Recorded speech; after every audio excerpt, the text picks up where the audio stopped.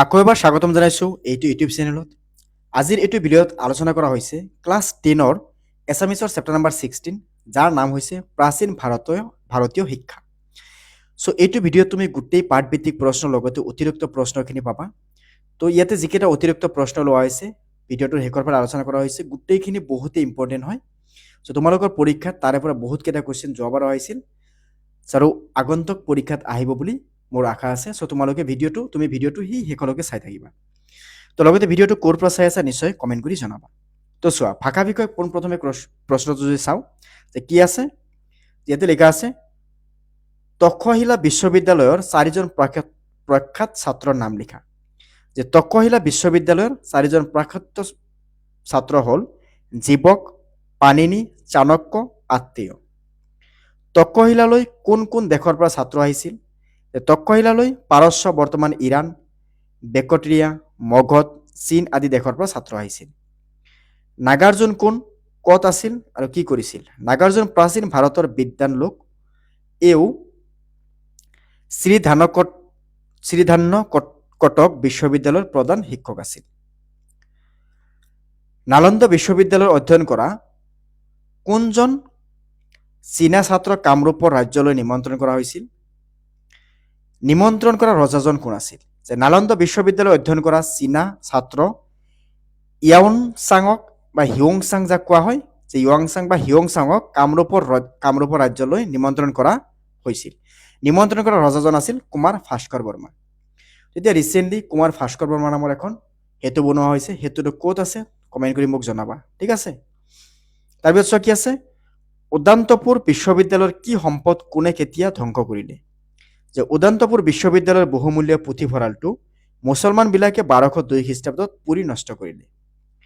কোনখন বিশ্ববিদ্যালয় কাৰ দিনত কোনবিলাক পণ্ডিতৰ মিলন ক্ষেত্ৰ আছিল? যে উজ্জয়িনী বিশ্ববিদ্যালয়টো বিক্ৰমাদিত্য ৰাজত্ব কালত ভাৰতৰ সকলো পণ্ডিতৰে মিলন ক্ষেত্ৰ আছিল।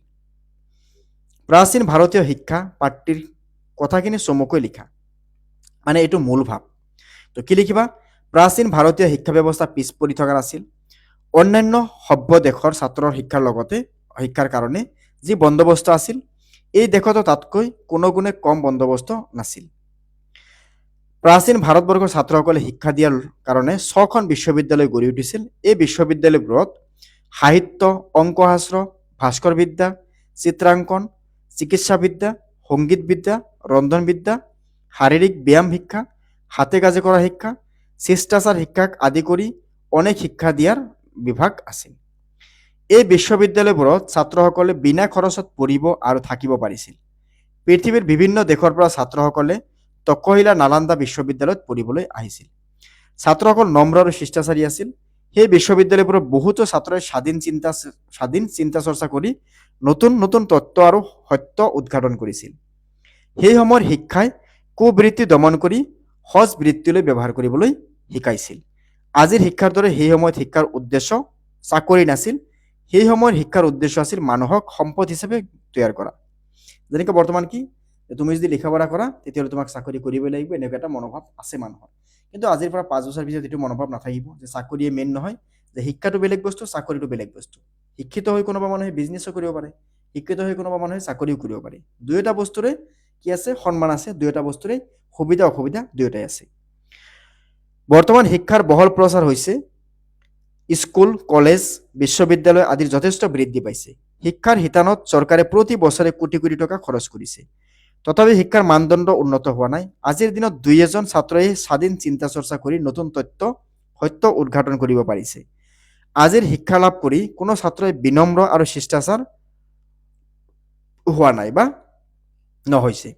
শিক্ষাৰ উদ্দেশ্যে যদি জ্ঞান লাভ কৰা, সমাজৰ সামগ্ৰিক উন্নত কৰা, তথাপিতো ছাত্ৰ-ছাত্ৰীসকলৰ অসৎ বৃত্তি অৱলম্বন কৰাহে দেখা যায়। আজিৰ ছাত্ৰৰ উদ্দেশ্য হ'ল চাকৰি লাভহে, জ্ঞান লাভ নহয়। এয়া আজিৰ ভাৰতীয় শিক্ষা ব্যৱস্থা। মানে মাৰ্কছ লাগে, মানে এই আমাৰ 3 ইডিয়ট মুভিত এটা ডায়লগ আছিল যে কাবিল হোনে কে লিয়ে পঢ়ো, কামিয়াব হোনে কে লিয়ে নেহি। মানে তুমি শিকিবলৈ পঢ়া, তুমি কেৱল পৰীক্ষাত ভাল ৰিজাল্ট কৰাৰ কাৰণে নহয়। তুমি যদি চিলেবাছৰ নলেজ তোমাৰ তাত থাকে, তুমি এনেই পৰীক্ষাত ভাল ৰিজাল্ট কৰিব পাৰিবা। তেতিয়া তোমাৰ গোটেই বস্তুখিনি জানা থাকিব, যিকোনো প্ৰশ্ন আহিলে তুমি নিজে সেইখিনি এনচাৰ কৰিব পাৰিবা।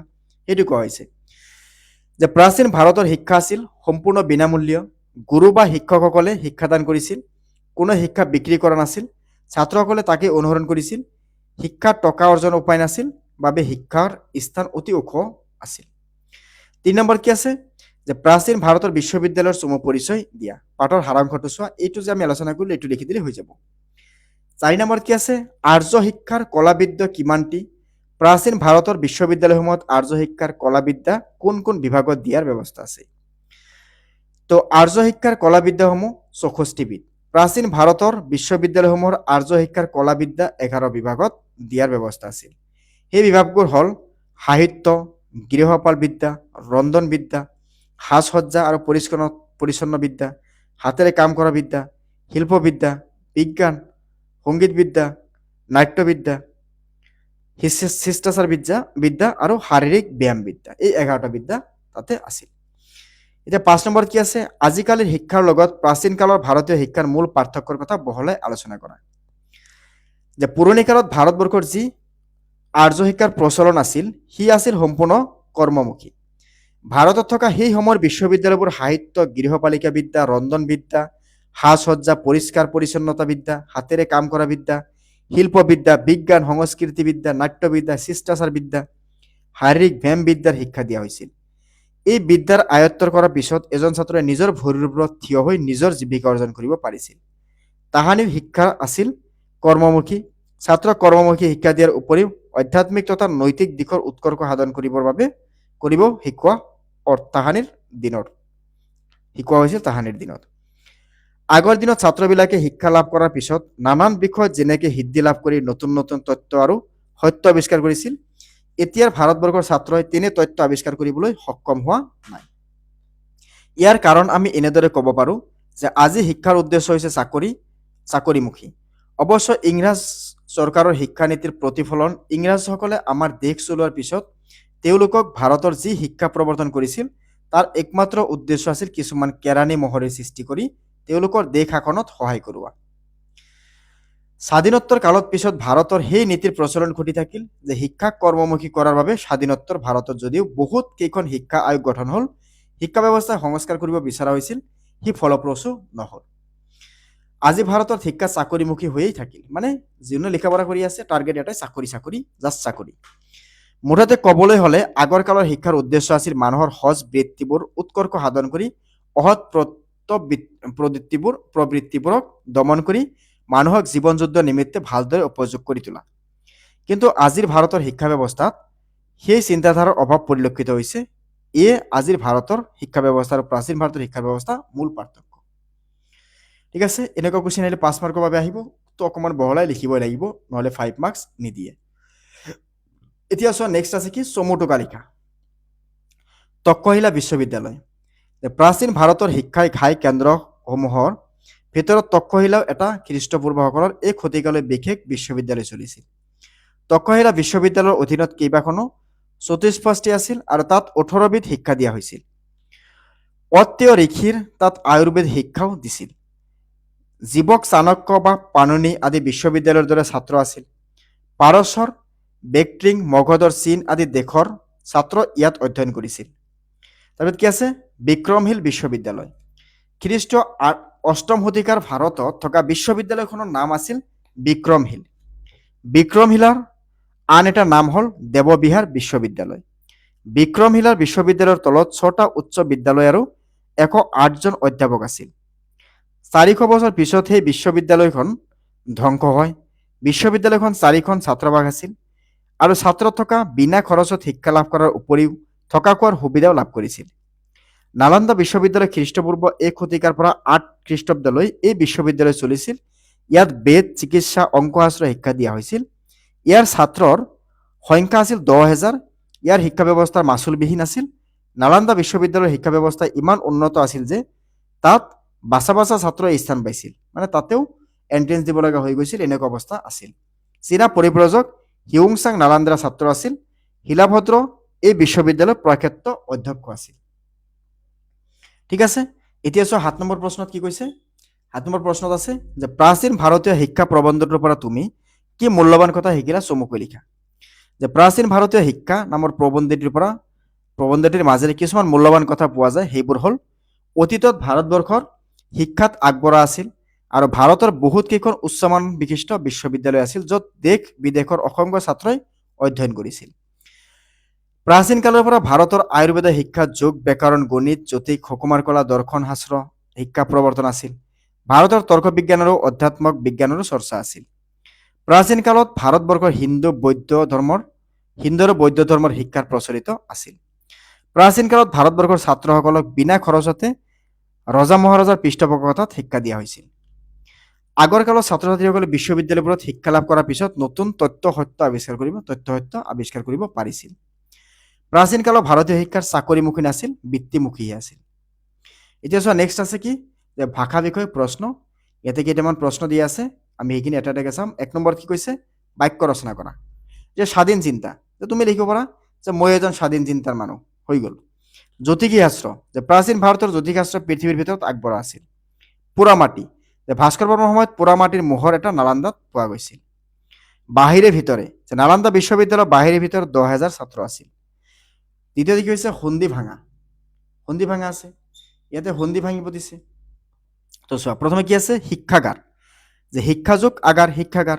বিদ্যালয়, বিদ্যাযোগ আলয় বিদ্যালয়। পুৰুষাৰ্থ, পুৰুষ যোগ অৰ্থ পুৰুষাৰ্থ। এতিয়া আমি চাম কেইটামান ইম্পৰ্টেণ্ট অতিৰিক্ত প্ৰশ্ন। তো চাবা এটা এটাকে। আৰ্য শিক্ষাৰ মূল মন্ত্ৰ আৰু চৰম উদ্দেশ্য কি? যে মূল মন্ত্ৰ মুখ্য লাভ, উদ্দেশ্য ত্যাগ। আৰ্য শাস্ত্ৰৰ মূল মন্ত্ৰ মুখ্য লাভৰ বিধান কি কি? কৰ্ম, ভক্তি আৰু জ্ঞান। আৰ্য শিক্ষাত সৰ্বসাধাৰণ লোকৰ বাবে কি কি তিনিটা বৰ্গসাধাৰণৰ ব্যৱধান আছিল? ধৰ্ম, অৰ্থ আৰু কাম। আৰ্য শিক্ষাত মানুহৰ পুৰুষাৰ্থ কেইটা ভাগত ভাগ কৰিছিল আৰু কি কি? 4টা। যে মেইন পুৰুষাৰ্থ কি আছিল? ধৰ্ম, অৰ্থ, কাম আৰু মোক্ষ। আৰ্য শিক্ষাৰ চৰম উদ্দেশ্য কি? ত্যাগ। তক্ষশিলতা কেইবিধ শিক্ষা দিয়া হৈছিল? 18বিধ। তক্ষশিলা বিশ্ববিদ্যালয়ৰ কিমান শতিকালৈ আছিল? খ্ৰীষ্টপূৰ্ব 1 শতিকালৈ। তক্ষশিলাত আয়ুৰ্বেদক কি শিক্ষা দিছিল? যে অত্যয় ঋষিয়ে। বুদ্ধদেৱৰ চিকিৎসা কোন আছিল? জীৱক। তক্ষশিলালৈ চীন দেশৰ পৰা কেতিয়া ছাত্ৰ আহিছিল? তক্ষশিলালৈ হিন্দু বিশ্ববিদ্যালয়ৰ গুচি বৌদ্ধ বিশ্ববিদ্যালয়ৰ হোৱা সময়ত। অমৰাৱতী নগৰৰ ওচৰত থকা বিশ্ববিদ্যালয়খনৰ নাম কি?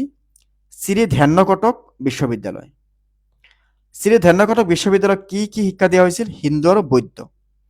শ্ৰী ধ্যানকটক বিশ্ববিদ্যালয়ৰ প্ৰধান শিক্ষক কোন আছিল? নাগাৰ্জুন। নালন্দা বিশ্ববিদ্যালয়ত কি কি শিক্ষা দিয়া হৈছিল? বেদ, চিকিৎসা আৰু অংকশাস্ত্ৰ।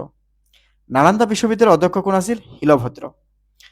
নালন্দা বিশ্ববিদ্যালয় কেতিয়াৰ পৰা কেতিয়ালৈকে খ্ৰীষ্টাব্দলৈকে চলিল? খ্ৰীষ্টপূৰ্ব 1 শতিকাৰ পৰা 8 খ্ৰীষ্টাব্দলৈ। নালন্দা বিশ্ববিদ্যালয়ৰ শিক্ষাগাৰটোৰ নাম কি আছিল? যে ৰত্নদধি বা ৰত্নৰ সাগৰ। নালন্দা বিশ্ববিদ্যালয় কিমান বছৰলৈ চলিছিল? 700 বছৰলৈকে চলিছিল। নালন্দা বিশ্ববিদ্যালয় বৰ্তমান কোন ৰাজ্যত অৱস্থিত? বিহাৰত আছিল। নালন্দাৰ খনন কাৰ্যত ভাস্কৰ বৰ্মাৰ চিঠিৰ লগত খোৱা বস্তু কি পোৱা গৈছিল? পোৰা মাটিৰ মোহৰ। যে থোৱা বস্তু তাতে আৰু পোৰা মাটিৰ মোহৰ থোৱা আছিল। তাৰপিছত কি আছে? উদান্তপুৰ বিশ্ববিদ্যালয়ত কি সম্পদ মুছলমানসকলে কেতিয়া নষ্ট কৰিছিল? যে 1202 খ্ৰীষ্টাব্দত উদান্তপুৰ বিশ্ববিদ্যালয়ৰ বহুমূলীয়া পুথিভঁৰালটো মুছলমানসকলে পুৰি দিছিল। বিক্ৰমশিলা বিশ্ববিদ্যালয়ৰ অন্য নাম কি? দেৱবিহাৰ। বিক্ৰমশিলা বিশ্ববিদ্যালয় কিমানজন অধ্যাপক আছিল? 108 জন। বিক্ৰমশিলা বিশ্ববিদ্যালয়ৰ কিমান বছৰ জীয়াই আছিল? 400 বছৰ। কোন ৰজাৰ ৰাজত্ব কালত উজ্জয়িনী ভাৰতৰ পণ্ডিতসকলে বিমানৰ ক্ষেত্ৰ আগবঢ়াইছিল? ৰাজা বিক্ৰমাদিত্যৰ দিনত। যে কোন ৰজাৰ ৰাজত্ব কালত উজ্জয়িনী ভাৰতৰ পণ্ডিতসকলৰ মিলনৰ ক্ষেত্ৰ আছিল? যে ৰজা বিক্ৰমাদিত্যৰ দিনত। উজ্জয়িনী বিশ্ববিদ্যালয়ৰ বিষয়ে কি শিক্ষা দিয়া হৈছিল? জ্যোতিষ শাস্ত্ৰ দিয়া হৈছিল। ঠিক আছে। চ' এইটো ভিডিঅ'ত ক্লাছ 10ৰ এছামিছৰ চেপ্টাৰ নাম্বাৰ 16 যাৰ নাম আছিল প্ৰাচীন ভাৰতৰ শিক্ষা, এই পাঠটিৰ গোটেই পাঠভিত্তিক প্ৰশ্নৰ লগতে অতিৰিক্ত প্ৰশ্ন এইটো ভিডিঅ'ত আলোচনা কৰা হৈছে। আশা কৰোঁ তুমি গোটেইখিনি বস্তু চাই বুজি পাইছা আৰু কমেণ্ট কৰি জনাবা ক'ৰ পৰা ভিডিঅ'টো চাই আছা। অ'কে, চ' আমি আকৌ লগ পাম পৰৱৰ্তী কোনো এটা ভিডিঅ'ত। ধন্যবাদ।